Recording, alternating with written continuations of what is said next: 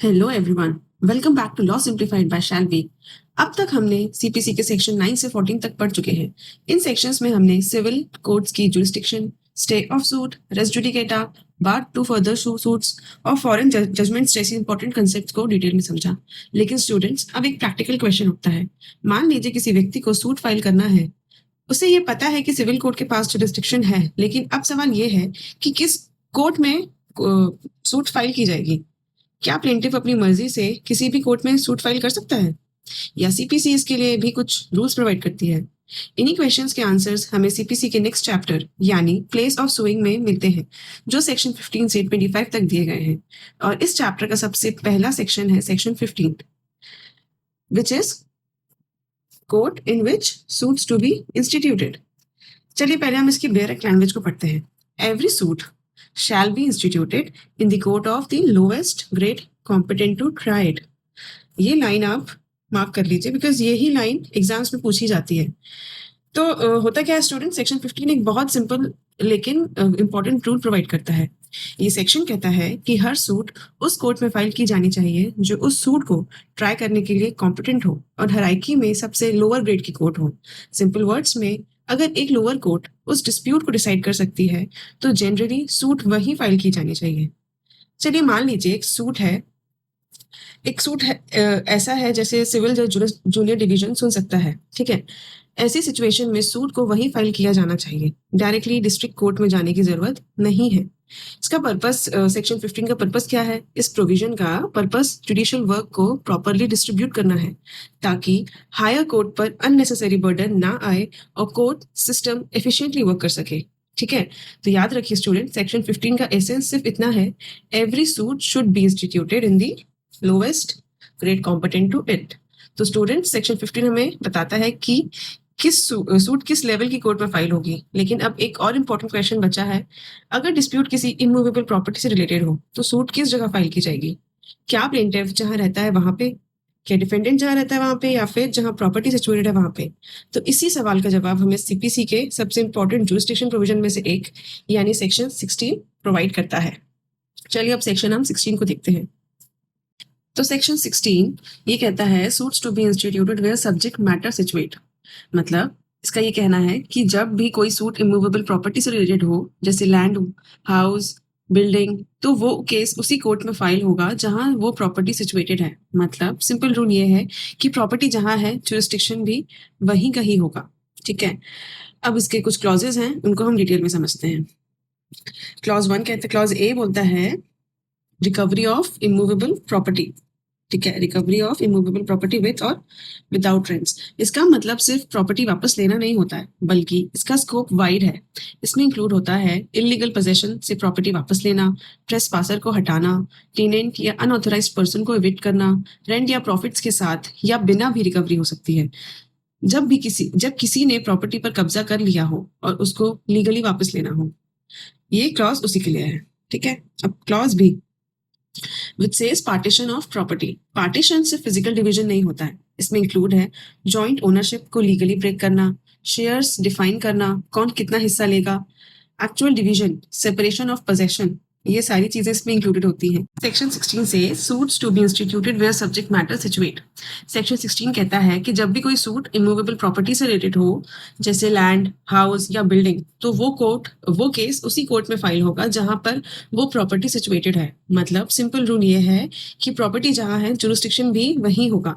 अब सेक्शन 16 के कुछ स्पेसिफिक टाइप्स के सूट्स कवर होते हैं। सबसे पहला है रिकवरी ऑफ इमूवेबल प्रॉपर्टी, जब जॉइंट प्रॉपर्टी मतलब जब किसी को अपनी लैंड या हाउस वापस लेनी हो, चाहे रेंट या प्रॉफिट के साथ या बिना।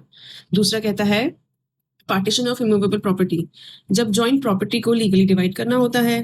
तीसरा कहता है मॉर्गेज केसेस, जिसमें फोरक्लोजर, सेल या रिडम्पशन इंक्लूड होता है, मतलब जब प्रॉपर्टी मॉर्गेज या चार्ज में होती है, ठीक है। चौथा है डिटर्मिनेशन ऑफ एनी राइट और इंटरेस्ट इन इमूवेबल प्रॉपर्टी, मतलब ओनरशिप, पोजेशन या कोई भी लीगल राइट डिसाइड करना है। अब पांचवा है compensation for wrong to immovable property, जैसे एनक्रोचमेंट या डैमेज का केस। और छठा क्लॉज है रिकवरी ऑफ मूवेबल प्रॉपर्टी, लेकिन तब जब वो प्रॉपर्टी एक्चुअल में डिस्ट्रेंट या अटैचमेंट में हो, इन सब केसेस में जनरल रूल ये है कि सूट उसी कोर्ट में फाइल होगा जहां प्रॉपर्टी सिचुएटेड है। अब इस सेक्शन का एक इम्पॉर्टेंट प्रोविजो है, चलिए हम पहले इसको पढ़ लेते हैं। Provided that a suit to obtain relief respecting or compensation for wrong to immovable property held by or on behalf of the defendant may, where the relief sought can be entirely obtained through his personal obedience, be instituted either in the court within the local limits of whose jurisdiction the property situate, or the court within the local limits of whose jurisdiction the defendant actually and voluntarily resides or carries on business or personally works for gain। Proviso कहता है कि अगर suit ऐसा हो जिसमें relief defendant की personal obedience से मिल सकता हो, मतलब कोर्ट को डिफेंडेंट को पर्सनली ऑर्डर देना पड़े, जैसे कोई डीड एग्जीक्यूट करना हो या कोई एक्ट करवाना हो, तो ऐसे केस में दो ऑप्शंस होते हैं। पहला ऑप्शन जहां प्रॉपर्टी सिचुएटेड है वहां कोर्ट, और दूसरा ऑप्शन है जहां डिफेंडेंट एक्चुअली या वॉलंटरली डिसाइड करता हो, या बिजनेस करता हो, या पर्सनली वर्क फॉर गेन करता हो, वहां भी केस फाइल किया जा सकता है। मतलब प्रोविजो एक फ्लेक्सिबिलिटी देता है कि सिर्फ प्रॉपर्टी लोकेशन ही नहीं बल्कि डिफेंडेंट की लोकेशन पर भी केस फाइल हो सकता है अगर रिलीफ पर्सनल ओबीडियंस वाला हो, अगर रिलीफ पर्सनल ओबीडियंस वाला हो। ठीक है, और एक्सप्लेनेशन में क्लियर किया गया है कि इस सेक्शन में प्रॉपर्टी का मतलब इंडिया के अंदर सिचुएटेड प्रॉपर्टी होता है। ठीक है, तो ओवरऑल सिंपल रूल ये है कि मूवेबल प्रॉपर्टी केसेस प्रॉपर्टी के लोकेशन वाले कोर्ट में फाइल होंगे, लेकिन प्रोविजो एक एक्सेप्शन देता है जब डिफेंडेंट के अगेंस्ट पर्सनल ऑर्डर से रिलीफ मिल सकता हो। तो नेक्स्ट सेक्शन है अब section 17 which says suit for immovable property situate with in jurisdiction of different courts. तो सेक्शन 17 हमें ये बताता है कि इमूवेबल प्रॉपर्टी की जुरिस्डिक्शन से रिलेटेड एक स्पेशल सिचुएशन बताता है। सेक्शन 17 कहता है कि जब भी कोई इमूवेबल प्रॉपर्टी ऐसी हो जो एक ही कोर्ट के एरिया में नहीं बल्कि दो या उससे ज्यादा कोर्ट की लिमिट में सिचुएटेड हो, ठीक है, मतलब प्रॉपर्टी का पार्ट डिफरेंट जुरिस्डिक्शंस में स्प्रेड हो, तो ऐसे केस में प्लांटिफ को चॉइस मिलती है। ठीक है, पहले हम इसका एक बार बेयर एक्ट रीड करते हैं। Where a suit is to obtain relief respecting or compensation for wrong to immovable property situate within the jurisdiction of a different courts, the suit may be instituted in any court within the local limits of whose jurisdiction any portion of the property is situate, provided that in respect of the value of subject matter of the suit, the entire claim is cognizable by such court। इसका मतलब यह है कि अगर एक property का एक हिस्सा एक जुरिस्डिक्शन में है और दूसरा हिस्सा किसी और जुरिस्डिक्शन में है, तो सूट किसी भी कॉम्पिटेंट कोर्ट में फाइल किया जा सकता है जहां उस प्रॉपर्टी का कुछ ना कुछ पार्ट सिचुएटेड हो। मतलब प्लेंटिफ को फ्लेक्सिबिलिटी मिलती है कि वो अपनी कन्वीनियंस के हिसाब से कोर्ट चूज कर सकता है, लेकिन कंडीशन ये है कि किस कोर्ट में केस फाइल हो रहा है उस कोर्ट का उस प्रॉपर्टी के किसी पार्ट पर जुरिस्डिक्शन होना चाहिए। सिंपल एग्जांपल से समझो, अगर एक बिल्डिंग का ग्राउंड फ्लोर रायपुर में है और दूसरा फ्लोर दुर्ग में है, Durg it's a district in Chhattisgarh, Raipur and Durg is a district. So एक बिल्डिंग का ग्राउंड फ्लोर रायपुर में है और दूसरा दुर्ग में है, तो कुछ पोर्शन बिलासपुर जुरिस्डिक्शन में आता है, तो प्लेंटिफ इन तीन में से किसी भी एक कोर्ट में सूट फाइल कर सकता है।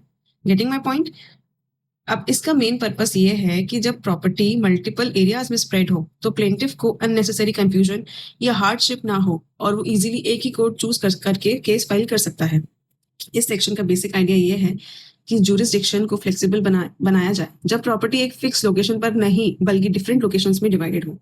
ठीक है, और याद रखना सेक्शन 17 तभी अप्लाई होता है जब immovable property actually multiple jurisdiction में सिचुएटेड हो, वरना नॉर्मल रूल सेक्शन 16 में अप्लाई होता है जिसमें प्रॉपर्टी का लोकल लोकेशन वाले कोर्ट में ही केस फाइल करना होता है। तो ओवरऑल सिंपल कंक्लूजन ये है, सेक्शन 17 का एक एक्सेप्शन क्रिएट करता है सेक्शन 16 के रूल में और प्लेंटिफ को चॉइस देता है जब प्रॉपर्टी एक से ज्यादा जुरिस्डिक्शन में सिचुएटेड हो। Now we will move forward to our section 18 which says place of institution of suit where local limits of jurisdiction of courts are uncertain।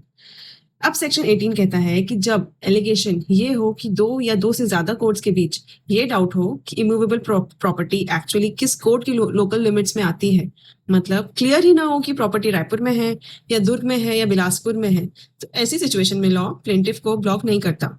ऐसे केस में जो भी कोर्ट्स इन्वॉल्व हैं उनमें से कोई भी कोर्ट अगर उसको लगता है कि हाँ सच में जुरिस्डिक्शन को लेकर जेन्युइन अनसर्टेनिटी होनी चाहिए, तो वो अपने रिकॉर्ड में एक स्टेटमेंट पास करेगी कि जुरिस्डिक्शन डाउटफुल है और उसके बाद वो कोर्ट केस को एंटरटेन भी कर सकता है एंटरटेन भी कर सकता है और डिसाइड भी कर सकता है। मतलब कोर्ट पहले एक्नॉलेज करेगा कि हाँ कंफ्यूजन जेन्युइन है उसके बाद वो सूट प्रोसीड करेगा जैसे कि प्रॉपर्टी उसके जुरिस्डिक्शन में ही हो, और उस कोर्ट को जो फाइनल डिसीजन या डिक्री होगा उसको लॉ ये इफेक्ट देता है कि वो बिल्कुल वैलिड माना जाएगा जैसे प्रॉपर्टी उसी कोर्ट के जुरिस्डिक्शन में हो। लेकिन यहाँ एक कंडीशन भी है, इसका